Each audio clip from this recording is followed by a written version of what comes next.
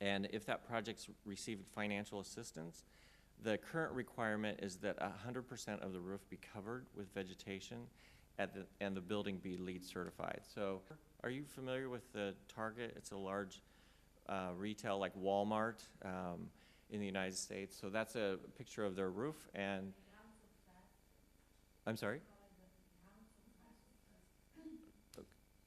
Did everyone hear that? So, oh, I'm talking too fast? I'm sorry, I misunderstood. Oh, thank you. And there's a photo of the store. And so the store not only has 100% green roof, but it's also LEED certified. Is everyone familiar with LEED certification? It's yes? The next regulation is the stormwater ordinance. And what's, I think, progressive about this ordinance is that it's performance-based rather than prescriptive. So we don't tell you how to do it. We just provide, or we just create a certain level of performance that every project has to meet in terms of stormwater management. So, and the current thresholds or the current levels of performance are, you have to keep a ½ inch of rain on site, or you have to increase the permeability of the site from existing conditions by 15% or more. And so through this ordinance, we're encouraging things like rainwater cisterns, parkways that actually take in the stormwater from the sidewalks and sometimes even the street. And for instance, this is another parkway where they're using permeable pavement. So it's not only always vegetation. A lot of projects are using permeable asphalt, permeable concrete, permeable pavers within their parking spaces or within the public right-of-way. The first of our incentives, so if the carrot instead of the stick, was a small grant program. We provided $10,000 to residential projects and small commercial projects. We had 75, this grant program was in place for 3 years. We had 75 applications, and only half of those were built in the end. A lot of the residents felt that in the end it was either too expensive or they felt it was too difficult, so they did not complete all of the projects. And the next incentive was our Green Roof Improvement Fund. This was in place for 3 years, and it covered the downtown area. So the area that Gail was talking about earlier, our central loop or our central business district.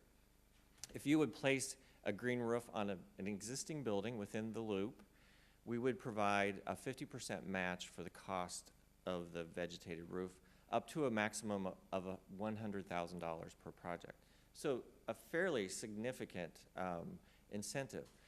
And this was in place for 2.5 years. We only received 1 application, and it was on this project. It was a condominium in the downtown loop area. So not a very successful program.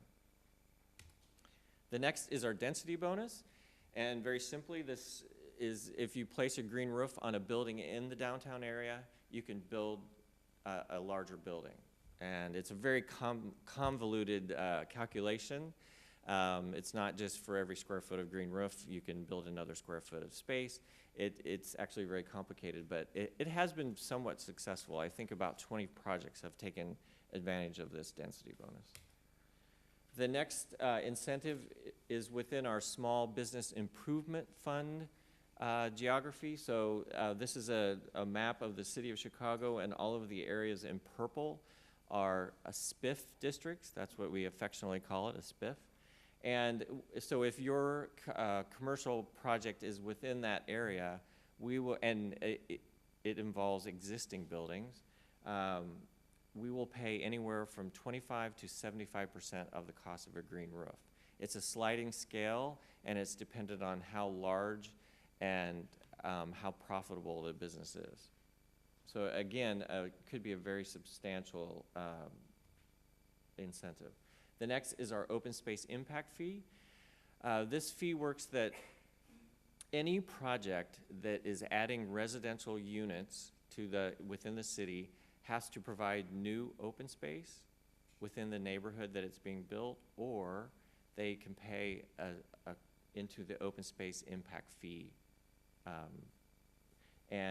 This particular project, what the incentive is that if you build a green roof that's accessible by all the residents or all of the tenants, then you can get a credit on that impact fee. And this particular project, this is actually a very good story. This is 900 North Michigan. So this is in one of the nicest parts of Chicago. It's right on the main, it's part of the, we call it the Magnificent Mile. It's a very high-end residential, commercial retail area. And so they received a credit of close to $1 million because they built a green roof that was accessible. And in the first green roof is this lower section right here that they received the credit on. Can everyone hear me? They received so much positive feedback from all of the residents, all of the high-rises that are surrounding the project, they decided to then vegetate the top of their parking garage, the higher, the one at a little bit above on the photo.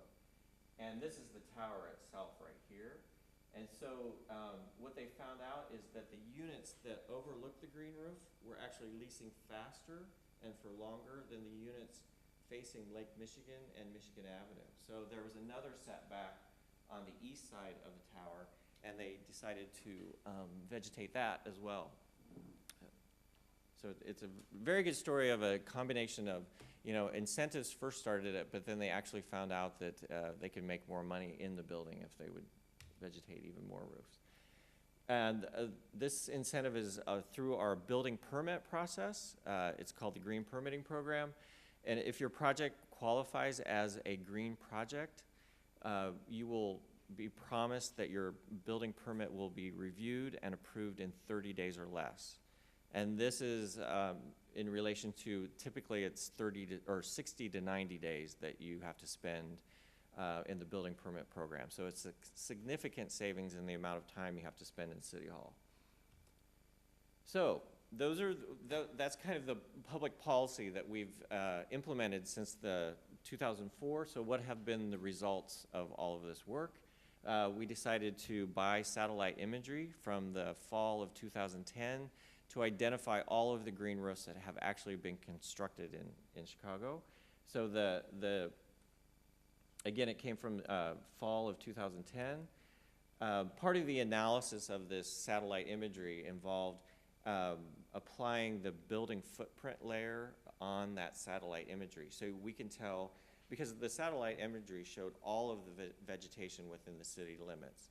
And the first step was to apply that building footprint layer so that we could tell what part of the vegetation is actually on top of the rooftop versus within the parkway, or if it's just a tree. And then we started to actually identify the roofs, and the result is that we have 359 roofs throughout Chicago, and they total a little less than 5.5 million square feet. And I'm sorry, I'm being very parochial today, and I did not convert that to hectares. But the average size is 15,235 feet, and the medium was a little over 5,000 square feet. An important part of this analysis was we also wanted to know why these green roofs were built. Was it due to the policy? Was it due to some of the incentives? Or were most of our green roofs actually just voluntary? And what we found is that 82% of the roofs that have been built in Chicago were due to the sustainable development policy. So in our case, regulation, or the stick, was much more effective than the incentives that we have offered it. A part of this, and this is kind of the fun part, it's an interactive map, and this is again to engage more of the general public to find out what green roofs are and to get them excited about it. We're working with a Google map, and every building that was identified with a green roof will have an icon. You can click on that icon, then click again, and a fact sheet will come up explaining the size, the amount of roof that's actually vegetated, and it will show the image from the satellite imagery. So everyone can see all of the green roofs that are actually out there. And in terms of the environmental benefits of all of these roofs, we're estimating that 21 metric tons of carbon are being mitigated each year by this amount of vegetation, and that 124 million gallons of stormwater is being absorbed. And this is a very important benefit to Chicago because we have a combined sewer system. So all of the stormwater running off all of these rooftops goes into the same pipes as our sanitary sewage. And during heavy rainfalls, those pipes become overburdened, and that causes basement flooding throughout the city. And it also, we have outflows, so that raw sewage is sometimes dumped directly into the Chicago River too. So this is a very important benefit of green roofs to us. So at the last few slides, I just wanted to talk about, this is something that we're right in the middle of. We received a $750,000 grant from the Department of Energy to lower the cost of solar installations within the city. We actually want to transform the solar market in Chicago, and the whole Sunshot program through the Department of Energy is looking at reducing the hardware costs or the actual panels themselves. And what we're focusing on through our grant is improving the finance options for solar. We're kind of at a disadvantage in the Midwest because our utility rates are very low. So we have to come up with even more kind of creative financial mechanisms to help make the cost so it's more in line with the typical utility costs that we have. And then we're also looking at reducing the non-hardware costs of solar. So in particular, we're looking at, the first is, again, to create an expedited permitting process. We're actually working with our Department of Buildings, and we will have it so that if you want to apply solar to your roof, you can go through the permit process in 1 day. And we're also working with our local utility to make electronic their interconnection process. So that's the process of actually connecting to the already existing grid. And all of those applications are currently paper driven, and take a long time, so we're asking them to go electronic. And then again, I already talked about the finance mechanism.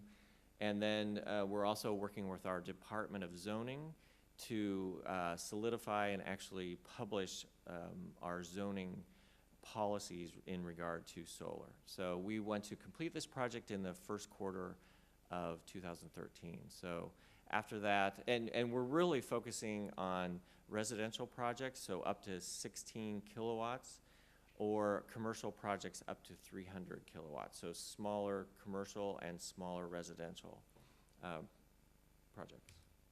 So with that, I thank you very much. And again, I'm sorry I couldn't speak French. Donc, bonjour. En Occident, de façon générale, l'utilisation du toit à des fins autres que purement fonctionnels est un fait d'exception. Effectivement, la plupart du temps, l'architecture révèle le peu de soucis accordés au toit dans une perspective autre que strictement utilitaire, c'est-à-dire protection contre les éléments naturels et support aux différents équipements qui assurent notre confort moderne. Les toits, sont donc un espace communément oublié et par conséquent sous-utilisé de nos villes. Ce triste constat masque pourtant une tendance nouvelle, à savoir un intérêt grandissant pour les toits et pour la question de l'usage du toit. Vous êtes probablement déjà tous un peu au courant. Présent tant en Europe qu'en Amérique du Nord ou en Asie, cette tendance s'exprime différemment selon les particularités de chaque pays et de chaque ville.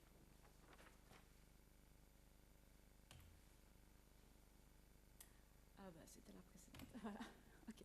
Donc, le cas de New York est particulièrement intéressant parce que dès le tournant du 20e siècle, donc relativement tôt comparativement à d'autres villes, les toits sont déjà un espace de santé, de loisirs et de sociabilité. En fait, les toits de New York sont utilisés dès les années 1870 et probablement même avant. Disons 1870, c'est les premières images que j'ai trouvées. Donc, dans un premier temps, il s'agit d'une utilisation qu'on pourrait qualifier de spontanée ou informelle, par opposition à une utilisation planifiée par des architectes.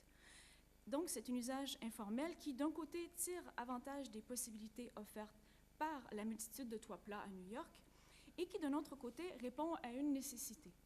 Nécessité parce que la population augmente très rapidement à New York et donc il y a un besoin criant d'espace. Nécessité aussi parce que les logements new-yorkais, les fameux tenements, sont très petits et sont reconnus pour avoir une mauvaise aération. Et donc le problème est particulièrement grave pendant les canicules.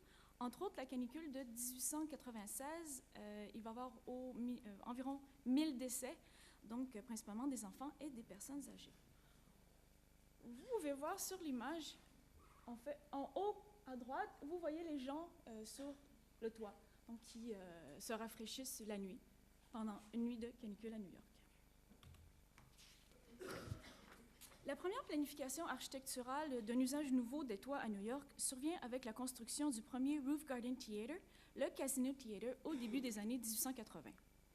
À cette époque, les théâtres de Broadway perdent une partie de leur clientèle pendant la saison estivale, en raison en fait de la chaleur et de la fumée des fumées cigarettes, cigares et compagnie, qui est à l'intérieur des théâtres. Les gens optent pour les théâtres situés en plein air, en périphérie de la ville. Il y a Rudolph Aronson, chef d'orchestre, musicien et impresario new-yorkais, rêve d'un théâtre situé dans un jardin en plein cœur de New York. Pour New York, Manhattan, on s'entend. Donc, pour surmonter les coûts élevés des terrains à Manhattan, il décide de construire un théâtre dont le toit pourrait également accueillir une scène extérieure. Jusqu'en 1910, il va y avoir plusieurs roof gardens avec scènes de théâtre ou cafés-concerts qui vont être aménagés à New York. Au summum de leur popularité, on en retrouve une dizaine qui offrent des spectacles tout au long de la saison estivale. Le toit devient donc un espace de divertissement. Donc, plusieurs hôtels vont suivre la tendance et aménager leur toiture. Entre autres, l'hôtel Astor, qu'on peut voir sur l'image. Il y a également le Ritz-Carlton qui va aménager un restaurant. L'hôtel Biltmore qui aménage un jardin pour l'été et un jardin pour l'hiver où il est possible de patiner pendant la saison froide. En fait, il y a même un hôtel qui, justement, pour se différencier de ses concurrents, décide de ne pas aménager sa toiture. Donc, en plus d'être un espace de divertissement, le toit est aussi un espace de rencontre pour les membres de diverses associations et clubs privés, comme sur la photo ici. La construction du premier Roof Garden Theatre coïncide avec une ère de changement sur le plan des mentalités et des habitudes de vie de la population américaine. Donc, à l'époque, on parle entre 1880 et 1930, les politiciens, docteurs et responsables en charge de la question de l'éducation font la promotion de l'activité physique afin d'améliorer les conditions de vie des individus, leur santé et leur bien-être. Pour des enfants, des aires de jeu sont aménagées sur les toits des écoles, des hôpitaux et de diverses associations. Donc, comme on voit ici, c'est une école dans le Lower East Side. Aussi, le courant hygiéniste, qui vante les vertus de la lumière, du soleil et de l'air pur des hauteurs, amène les hôpitaux à aménager des installations sur les toits pour leurs patients et organiser des camps de jour pour les tuberculeux. L'essor de l'utilisation des toits correspond à une période de démocratisation des loisirs et les riches ne sont plus les seuls à avoir du temps libre. D'ailleurs, aux États-Unis, le mouvement de réforme s'inquiète de ce fait et cherche à encadrer les gens et à les orienter vers une activité physique. Certaines entreprises vont aménager sur les toits des espaces de détente destinés à leurs employés, tandis que d'autres organisent littéralement des séances de gymnastique. Donc, on voit ici le chef Léonie qui dirige les exercices de sa brigade sur le toit de l'hôtel Commodore. Enfin, en parallèle au courant de ce que j'ai déjà parlé plus tôt, il y a un courant en faveur du jardinage en ville qui fait de plus en plus d'adeptes. Et le faible taux d'espaces vacants dans certains quartiers de New York, entre autres le Lower East Side, encore une fois, entraîne la transformation du toit de plusieurs écoles en jardins potagers cultivés par les élèves. L'engouement pour les roof gardens s'étend rapidement aux résidences privées et aux hôtels particuliers, de type privé, semi-privé ou encore communautaire, comportant une végétation plus ou moins dense et parfois carrément inexistante. Ces toits deviennent une extension à la demeure. On voit ici un roof garden privé situé dans le Upper East Side. des roof gardens semi-privés destinés aux clients du Cordon Hotel, une terrasse à l'usage des locataires sur le toit de la Prospect Tower. En passant, ce bâtiment a vraiment été construit avec, dans l'idée, comme ça, de rien du tout, mais où les gens allaient prendre des bains de soleil.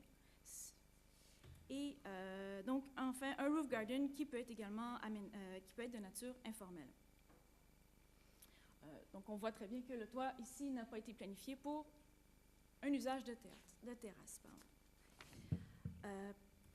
Petite anecdote, dans les années 30-40, la mode du bronzage s'étend à la classe ouvrière.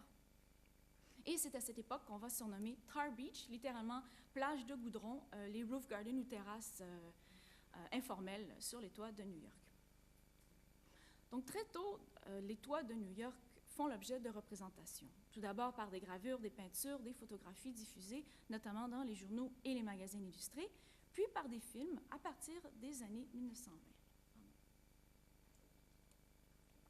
Et donc, ici, on voit l'image, c'est une courte pointe réalisée par l'artiste Faith Ringgold, qui ensuite elle a utilisé les différentes courtes pointes qu'elle a réalisées. En fait, ils ont fait des reproductions pour illustrer les livres qu'elle a faits pour enfants. Donc, dans le cadre de ma recherche, je me suis principalement intéressée aux représentations des toits